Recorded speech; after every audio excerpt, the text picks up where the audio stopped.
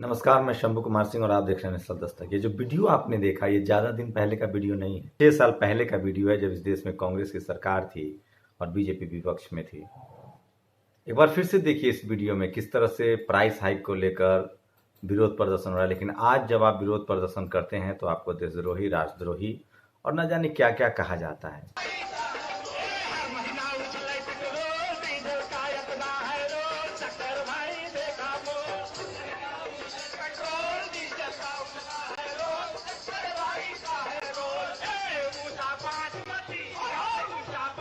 आज कोई प्रदर्शन भी नहीं हो रहा है क्योंकि इस देश की जो वो तबका जो मुसलमानों को मारने पर खुश होते हैं, जो आरक्षण के खिलाफ खुश होते हैं, जो जातिवाद बनाए रखना चाहते हैं, वो जो है वो अपने वो मैं उसी को कह रहा हूँ। जो नहीं है वो उसको बाहर अपने आप को समझे। बीजेपी आरएसएस से वही लोग सहमत हैं जिनका एकदम तय है कि वो इसलिए बीजेपी आरएसएस को वोट देते हैं क्योंकि बीजेपी मुसलमानों को मारती है, बीजेपी अल्पसंख्यकों को मारती है, बीजेपी आरक्षण खत्म करती है, BJP SC ST OBC minority को उसका हक नहीं देती है, वो संविधान खत्म करना चाहती है। वही लोग बीजेपी और आरएसएस के समर्थक हैं और वही लोग ये तेल के विरोध प्रदर्शन कर रहे थे। और अब जब आप प्रदर्शन करेंगे तो आपके खिलाफ इस तरह की बातें की जाती है। एक बार फिर से थोड़ा सा प्रदर्शन का वीडियो देख लीजिए। सोयाबीन का बेहाल गर्मी से पिटके है गाल, गिर गए पत्ते पके बाल। सोयाबीन का बेहाल गर्मी से पिटके है गाल, गिर गए पत्ते पके बाल। सोयाबीन का बेहाल। तो जरूरत है कि आप हथियार न डालें, ये बहुत जरूरी है। और कुछ बहुजन समाज के लिहाज से बड़ी खबर है वो मैं आपको बता दे रहा हूँ। 4 महीने में 404 दुष्कर्म, 874 मर्डर। कहाँ है बिहार में लॉ एंड ऑर्डर? ये आंकड़ा तेजस्वी यादव ने ट्वीट किया है। क्रांति कुमार ने एक पोस्ट लिखा है कि किस तरह से जस्टिस कर्नल को अगर नहीं फंसाया जाता और वो सुप्रीम कोर्ट में आते तो वह चीफ जस्टिस होते। वो पूरा पोस्ट उन्होंने लिखा है कि भारत में 2nd 3rd डिग्री लॉ। सोचिए, भारत एकमात्र ऐसा देश है जहाँ जज तय करते हैं कि अगला जज कौन होगा। जो अभी सुप्रीम कोर्ट के मुख्य न्यायाधीश हैं उनके पिताजी बड़े पद पर थे और उन्होंने अपने बेटे को जज बना दिया और वो सुप्रीम कोर्ट में जज हो गए। ये कोलेजियम सिस्टम है, जज को चुन रहा। हाई कोर्ट और सुप्रीम कोर्ट में जजों की बहाली में कोई एग्जाम, कोई परीक्षा, कोई मेरिट नहीं होता है। आपके पास लॉ की डिग्री है, आपको कोई जीत देगा। सबसे ज्यादा देखिए एक तस्वीर है, मैं चाहूंगा इसको ब्लर करके दिखाया जाए। एक मासूम अपने ग्रैंडफादर के डेड बॉडी पर बैठा हुआ है और उसको पुलित्जर लवर संबित पात्रा ने कितना घिनौना ट्वीट किया है। दरअसल पाकिस्तानी आतंकियों के हमले में इस शख्स की जान गई है और हमारे बहादुर सैनिकों ने उस बच्चे की बहुत मदद की है, उनको गोद में उठाया, उनके लिए खाना पानी का इंतज़ाम किया है। तो मैं सैनिकों को सलाम करता हूं, सैल्यूट करता हूं कि उन्होंने अपना मानवीयता दिखाया है। और ये देखिए किस तरह से संबित पात्रा जो हैं उसको लेकर कितना घिनौना ट्वीट करते हैं, आप अंदाज़ा नहीं लगा सकते हैं। तो शुक्रिया इस देश के जांबाज सिपाही जिन्होंने उस बच्चे को आपने अपनापन महसूस कराया और वो शानदार आपका काम है, सराहनीय है। और मैं चाहूँगा कि हमेशा से भारतीय सेना पर हमें गर्व है। और लेकिन संबित पात्रा का जो ये ट्वीट है वो बहुत ही घिनौना है। और राजनीति विभाग जीवाजी विश्वविद्यालय ग्वालियर के प्रोफेसर APS चौहान आज हमारे बीच नहीं रहे, उन्हें विनम्र पुष्पांजलि हैं। और आपदा में अफसर ऐसा लगता है वो आसमान में मंडरा रहे हैं। तो संबित पात्रा की बहुत खिंचाई हो रही है इस तरह से।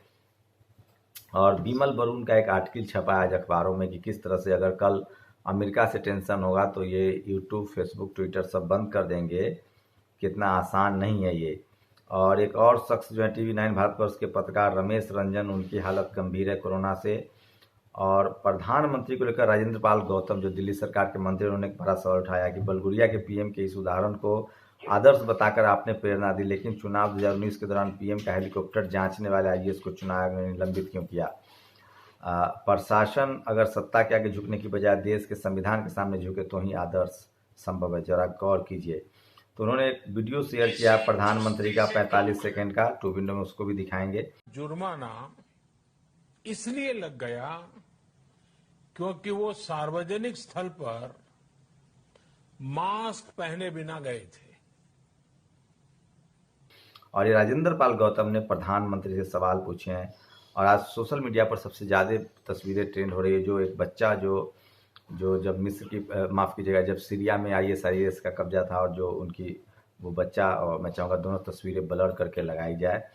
For Indian liberals outreach depends upon agenda, caste and religion. तो ये मौत जो हुई है, अब तक जो जानकारी है कि heart breaking to see the brutality of Pakistan sponsored terrorism on civilians in Kashmir valley. Kashmir के सिविलियनों को पाकिस्तानी स्पॉन्सर आतंकियों द्वारा ये मारा गया है और उसमें एक बुजुर्ग की मौत हुई है। एक और तस्वीरें ये संजय सिंह ने शेयर किया है। मोदी जी अब शर्म करो, चंदा का धंधा बंद करो, पीएम केयर्स में चीन का चंदा नहीं चलेगा, नहीं चलेगा।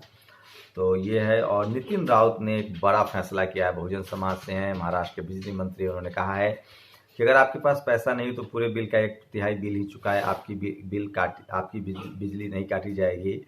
जिन्होंने पूरा बिल चुका दिया उन्हें बिल पर 2% की छूट दी जाएगी। तो ये विद्युत मंत्री हैं। और तेजस्वी यादव और शेखर सुमन जो है वो सुशांत सिंह को न्याय दिलाने के लिए उन्होंने एक प्रेस कॉन्फ्रेंस की है और लगातार लोग उसकी न्याय की मांग कर रहे हैं। आज ओबीसी के महेंद्र लोधी का जन्मदिन है, वो मध्य प्रदेश से हैं और वो ओबीसी महासभा के तहत लगातार समाज में जागरूकता का काम चला रहे हैं। वो भी शानदार काम है। तो उनको बहुत सारे लोग जन्मदिन की बधाई दे रहे हैं। बहुजन समाज के युवा हैं, हमें लगता है इस खबर को शेयर करना चाहिए। दिलीप मंडल ने पूछा कि हम चीन से टेक्नोलॉजी में कैसे पिछड़ गए जबकि हम 1947 में और चीन 1949 में आज़ाद हुआ।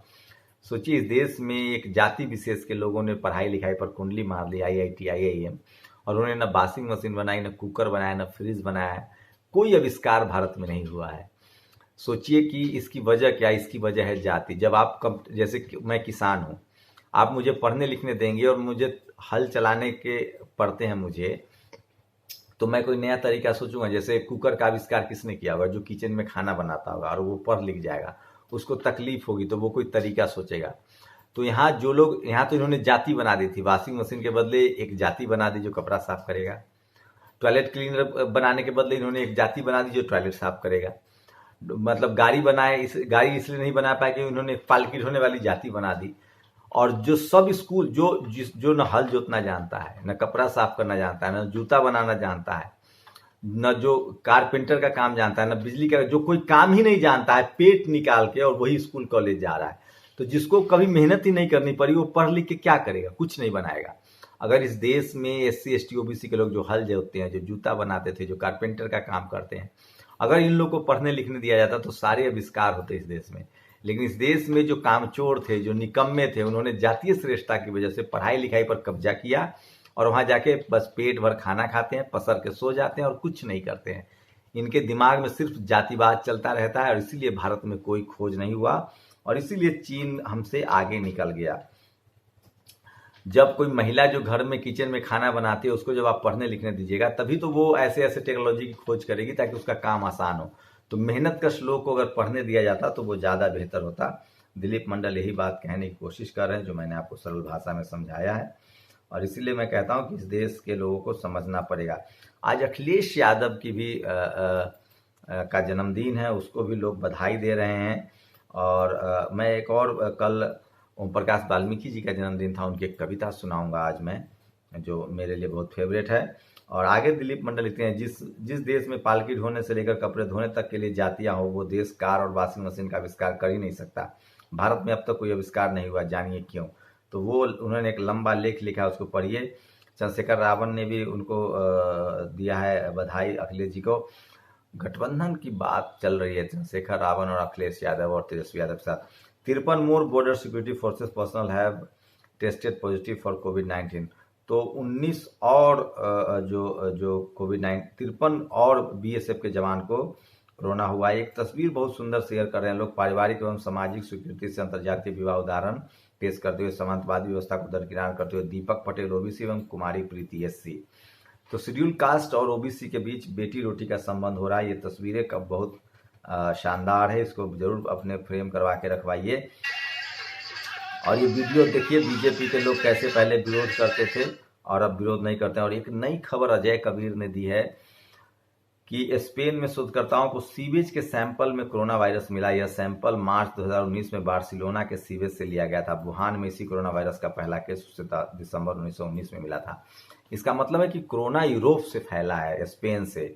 और इसीलिए उन्होंने लिखा है कि जिस तरह से जातिवाद भारत में काम करता है, उसी तरह से यूरोपियन कंट्री जो है वो एशिया को निशाने पर बनाती है, ये उन्होंने पोस्ट लिखा है। और 15 साल लगातार और टुकड़ों टुकड़ों में कई बार झपट्टा मारकर बना ली सरकार। मध्य प्रदेश में खबर पीटीआई ने दी है कि Madhya Pradesh has the highest infant mortality rate in the country with 48 death for every 1000 life. 1000 बच्चों में 48 बच्चों की मध्य प्रदेश में मौत हो जाती है, जहां लगातार बीजेपी की सरकार है। तो ये मैंने बताया है और ये बड़ी खबरें थी। और कमाल का बॉर्डर है, अप्रैल से गर्म है और आज तक एक मंत्री संतरी नहीं बोला घर में घुसकर मारेंगे, बल्कि नाम तक नहीं लेते आखिर कौन है। इतने बहादुर तो मनमोहन सिंह भी नहीं थे। तो ये वीडियो और राष्ट्र के नाम कुबोधन, इस तरह का संज्ञा दिया शीतल सिंह ने। बिहार बंगाल राज्य में चुनाव के ड्यू है, इसलिए देशवासियों को मास्क पहनने तक की सलाह दोहराने एवं गरीब परिवारों को अनाज देने के लिए प्रधानमंत्री आए हैं।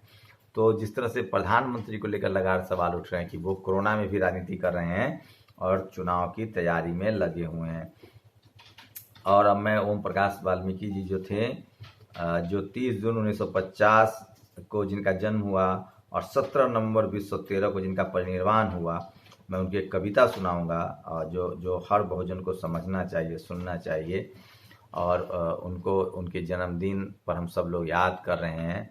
और वो कविता है, चूल्हा मिट्टी का, मिट्टी तालाब की, तालाब ठाकुर का। भूख रोटी की, रोटी बाजरे की, बाजरा खेत का, खेत ठाकुर का। बैल ठाकुर का, हल ठाकुर का, हल की मूठ पर हथेली अपनी, फसल ठाकुर की।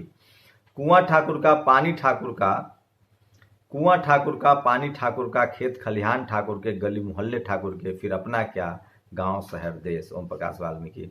मैं चाहता हूं इनकी सारी किताबें बहुजन समाज के लोग पढ़े, खरीदे और पढ़े। और हमें बहुजन समाज के लोगों को ये बहुत ज़रूरी है कि जब तक हम पढ़ेंगे नहीं तब तक पूरे खेल को समझेंगे नहीं, बाबा साहब के खेल को समझेंगे नहीं। तो ये आज की बड़ी खबरें थी जो मैं आपसे रूबरू हो रहा था, बता रहा था। और आज डॉक्टर्स डे है, कुछ बहुजन डॉक्टर से भी बात करूंगा कि वो क्या सोच रहे हैं। शुक्रिया। नेशनल दस्तक की आपसे गुजारिश है कि अगर इसको बचाना चाहते हैं तो नेशनल दस्तक को सब्सक्राइब करने के लिए रेड कलर के सब्सक्राइब बटन को दबाएं, फिर बेल आइकन की घंटी दबाएं। नेशनल दस्तक को बचाने के लिए बहुत जरूरी है कि हर खबर को शेयर करें, लाइक करें, कमेंट जरूर करें।